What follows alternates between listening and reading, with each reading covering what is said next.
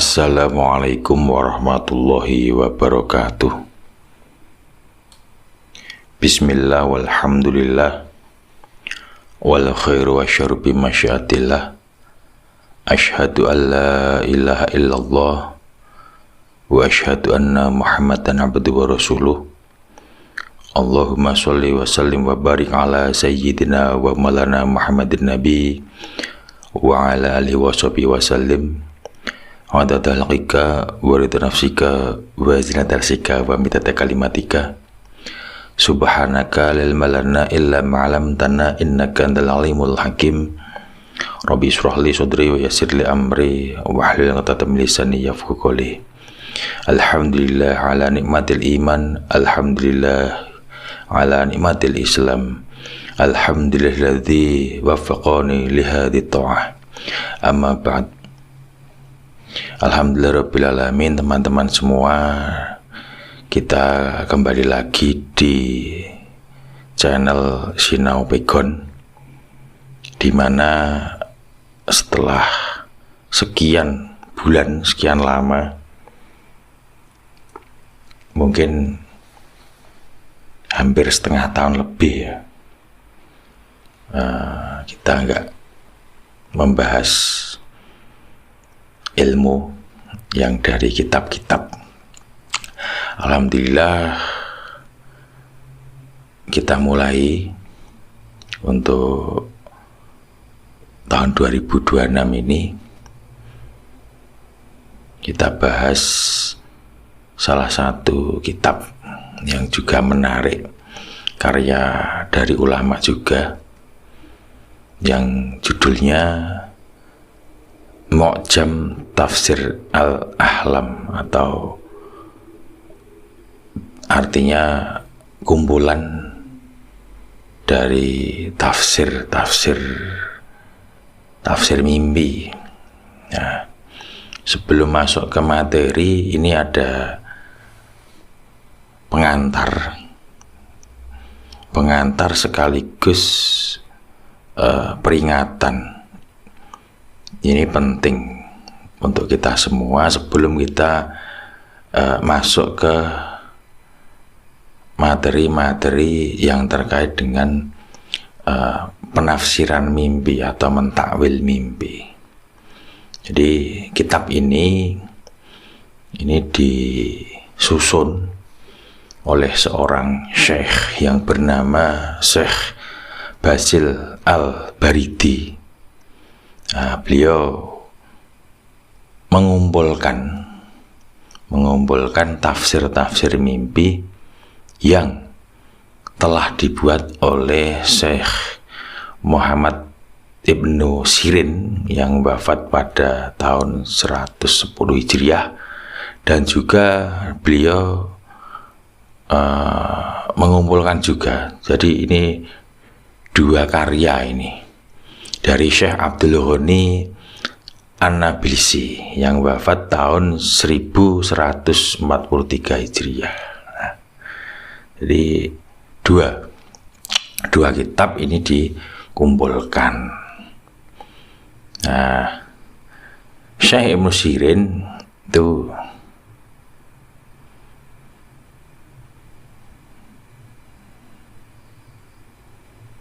dalam pengantar ini itu tidak diragukan, beliau tidak menulis buku apapun tentang tafsir mimpi, namun beliau itu menulis kompilasi hadis riwayat sahabat Abu Hurairah radhiyallahu an dari Nabi Muhammad SAW bersama dengan pendapat sahabat Abu Hurairah. Kemudian naskah-naskah tersebut itu disimpan oleh saudaranya, yaitu Yahya Ibnu Sirin. Nah, ini pengantar singkat saja.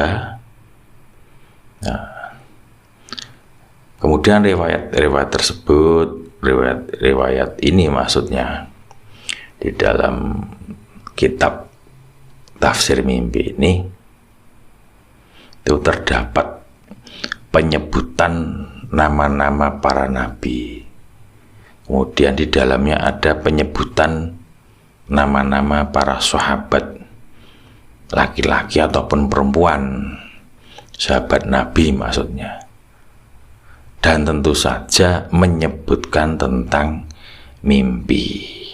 Nah, yang ini perlu kita berhati-hati, kita berwaspada ya.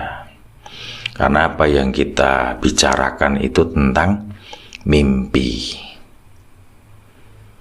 Nah, kita harus berhati-hati, benar-benar harus berhati-hati untuk menyadari bahwa dalam banyak penjelasan terkait dengan mentakwil mimpi itu acuannya adalah boleh. Boleh, yaitu melihat hal seperti itu. Jadi apa yang dikatakan di dalam kitab nanti itu di dalam mimpi, itu boleh.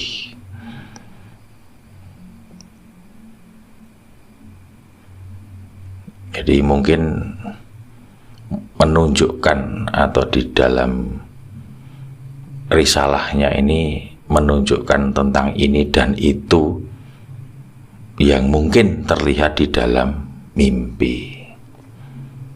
Nah, ini perlu digarisbawahi. Kemudian karena kita sebagai orang awam ya, tentunya penglihatan kita tentang mimpi, ingatan kita tentang mimpi itu tidak seperti halnya penglihatan-penglihatan para nabi, para rasul. Nah, karena memang beda. Para nabi dan rasul itu penglihatan akan mimpinya, ingatan-ingatannya itu sangat sempurna. Ya, sebagai misal Nabi Yusuf alaihissalam, nah itu beliau yang unggul dalam penafsiran mimpi. Nah, kita harus mempertimbangkan hal itu dengan hati-hati. Ya, jadi kalau memang mimpinya agak jelas ya, dan terlalu istilahnya ruwet, nah, sebaiknya tidak usah ditakwil. Nah, kemudian ini perlu dicatat juga, perlu diperhatikan juga. Kalau tadi kan terkait dengan melihat mimpi, melihat gambaran di dalam mimpi. Berikutnya yang perlu diperhatikan, ini juga dipertegas ini ya. Ketika menceritakan mimpi, jadi menceritakan mimpi kepada seseorang atau pada teman atau saudara atau pada orang tua, itu harus dilakukan tanpa menambahkan apapun ke dalamnya atau mengurangi apapun darinya. Nah, jadi kalau cerita mimpi ya, yang terlihat di mimpi itu saja, yang ingat di dalam mimpi itu saja apa yang dia ingat, yang diingat. Tidak usah ditambah-tambahi ataupun dikurang-kurangi. Nah, karena ini ada pasalnya, ada konsekuensinya. Jadi orang-orang ketika menceritakan mimpi kemudian menambah ataupun mengurangi, jika seseorang melakukan ini, dia merusak dan merusak mimpinya. Karena apa? Kanjeng Nabi Muhammad SAW, baginda Nabi itu sangat melarang siapapun untuk melakukan ini. Loh, termasuk di dalam mimpi pun terkait dengan menceritakan mimpi itu kita harus jujur, karena baginda Nabi dawuhnya seperti itu. Baginda Nabi Muhammad SAW sudah bersabda, sesungguhnya kebohongan yang paling buruk adalah kebohongan orang yang mengaku bermimpi. Ini hadis riwayat Imam Bukhari. Juga hadis yang berikutnya, barang siapa yang mengaku mendapat mimpi yang tidak dia miliki, ya, artinya dia nggak mimpi tapi mengatakan bahwasanya dia mimpi, atau mungkin dia dengar dari orang lain kemudian dia pakai, ya, istilahnya, istilah Jawanya didaku, seolah-olah dia yang bermimpi padahal yang bermimpi orang lain. Ini akan diperintahkan untuk mengikat dua butir gandum menjadi satu. Nah, itu nanti di akhirat, yang tidak akan pernah bisa dia lakukan.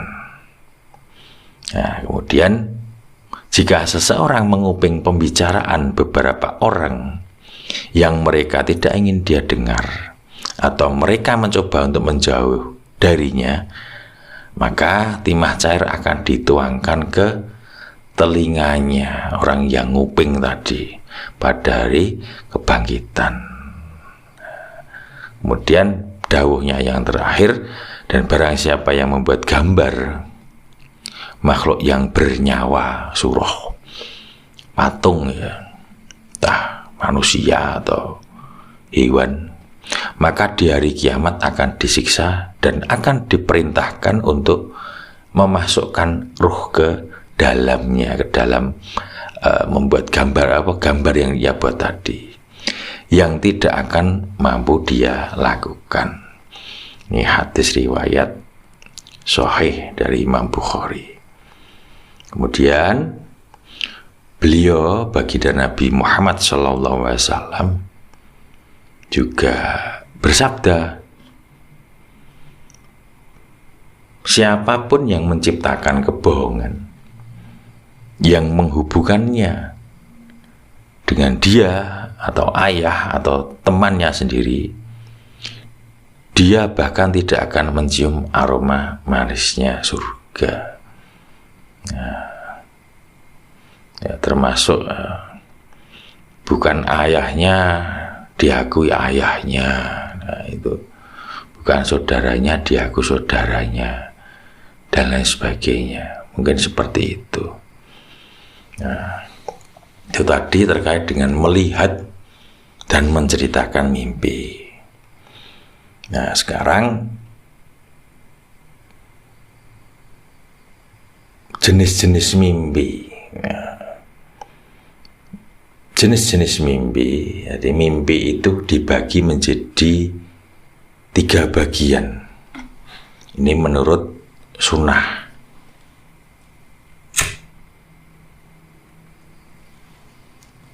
Yang pertama adalah ru'ya. Ru'ya yaitu mimpi yang baik. Ru'ya itu mimpi yang baik. Kemudian yang kedua itu hulum, mimpi yang buruk. Kemudian yang ketiga adalah mimpi dari diri sendiri. Nah, Abu Hurairah radhiyallahu an meriwayatkan bahwasannya baginda Nabi Muhammad SAW telah bersabda, ada 3 jenis mimpi. Mimpi yang benar yang merupakan kabar gembira dari Allah. Kemudian mimpi yang menyebabkan kesedihan yang berasal dari setan, dan mimpi dari ocehan pikiran. Hadis sahih riwayat Imam Muslim. Nah, mimpi yang datangnya dari Allah Subhanahu wa Ta'ala adalah mimpi yang baik. Mimpi tersebut diibaratkan sebagaimana mimpi-mimpinya para nabi, yakni mimpi yang datangnya membuat orang terjaga di waktu malam serta tidurnya dalam keadaan suci. Maka mimpi ini memiliki arti di dalam kitab Lubabul Hadis itu atau sarohnya Tanqihul Qaul itu salah satu di antara fadilah wudhu ya, makanya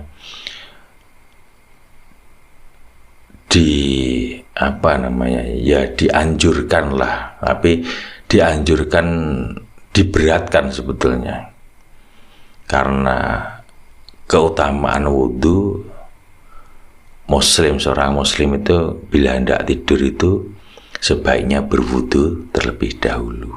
Nah, jadi misalkan dapat mimpi ya mimpi yang baik tuh. Kemudian yang kedua, jenis mimpi yang kedua itu adalah mimpi buruk atau istilahnya ihtilam. Mimpi buruk ya, mimpi buruk itu sendiri yang tadi istilahnya namanya hulum. Hulum itu mimpi buruk. Dan ihtilam. Ihtilam itu artinya mimpi basah. Nah, mimpi basah ya, itu termasuk mimpi buruk yang datangnya dari setan. Jadi jangan bangga bisa mimpi basah, itu datangnya dari setan. Disarankan bagi seseorang yang melihat mimpi yang tidak menyenangkan atau mengganggu, jadi mimpi yang menakutkan, yang membuat resah, yes, intinya yang tidak enak lah mimpinya, itu ketika bangun itu meludah 3 kali di sisi kirinya segera setelah dia bangun. Nah, ini meludahnya itu tidak seperti orang meludah keluar air liurnya seperti itu, enggak. Nah, meludahnya itu seperti kita membuang sisa makanan yang di antara gigi itu kan. Nah, itu kemudian dikeluarkan gitu. Jadi biasanya ujung lidah itu ditempatkan di antara bibir atas dan bibir bawah, kemudian ditekan dengan nafas dari dalam. Jadi ujung lidahnya itu ditempatkan dulu di antara 2 bibir, kemudian serta-merta ditarik ke dalam sambil mengeluarkan udara. Nah, caranya seperti itu ke arah sisi kiri. Nah, setelah itu sesegera mungkin memohon perlindungan kepada Allah Subhanahu wa Ta'ala dari setan yang terkutuk. Nah, Nabi Muhammad SAW dan para pengikutnya itu juga biasa melakukan hal yang sama. Nah, ini terkait dengan perlindungan. Ini pernah saya mendengar dari salah seorang guru, dari seorang kiai. Itu ada tambahan ya. Selain kita memohon perlindungan dari setan yang terkutuk, itu ditambahkan doa juga memohon perlindungan dari apa yang ia lihat dalam mimpi, dan memohon perlindungan agar apa yang terlihat di dalam mimpinya itu tidak terjadi pada dirinya. Nah, itu tambahnya itu. Kemudian yang terakhir adalah mimpi ada yang tidak datang dari Allah maupun dari setan, melainkan dari diri sendiri. Jadi seperti mimpi bertemu perempuan yang dicintai karena terpikirkan setiap hari, atau mimpi yang datang dari dorongan pikiran atau keinginan-keinginan yang sudah ada sebelum tidur, lalu menjadi bunga di waktu tidur. Nah, itu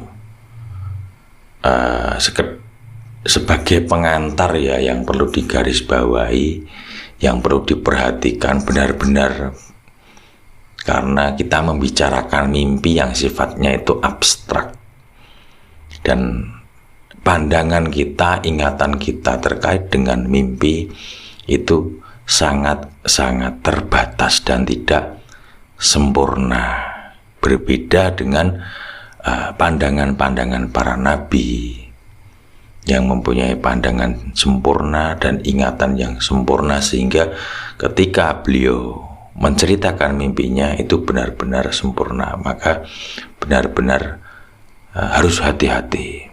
Bila perlu tidak usah dikatakan, cukup dipakai sendiri. Kalau itu menyenangkan, alhamdulillah. Kalau itu menakutkan, yang tidak enak, ya kita memohon perlindungan dari Allah Subhanahu wa Ta'ala.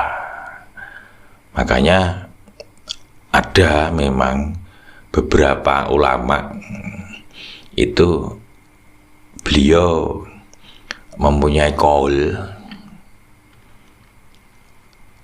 tidak disarankan untuk membuka kitab tafsir mimpi. Ya, ada ulama yang mengatakan itu ada. Tidak disarankan kita membaca atau belajar kitabnya, salah satu kitabnya tafsir mimpi milik ya ini Syekh Muhammad Ibnu Sirin ini ada yang melarang juga. Makanya perlu hati-hati teman-teman semua. Sekian sedikit pengantar dari kami. Semoga menambah pengetahuan, menambah kehati-hatian kita benar-benar memohon perlindungan dari Allah Subhanahu wa Ta'ala agar dijauhkan dari hal-hal yang dilarang oleh baginda Nabi terkait dengan mimpi, karena konsekuensinya itu besok di akhirat itu tetap ada pertanggungjawaban di hadapan Allah Subhanahu wa Ta'ala. Dari kami cukup sekian. Billahi taufiq wal hidayah. Wassalamualaikum warahmatullahi wabarakatuh.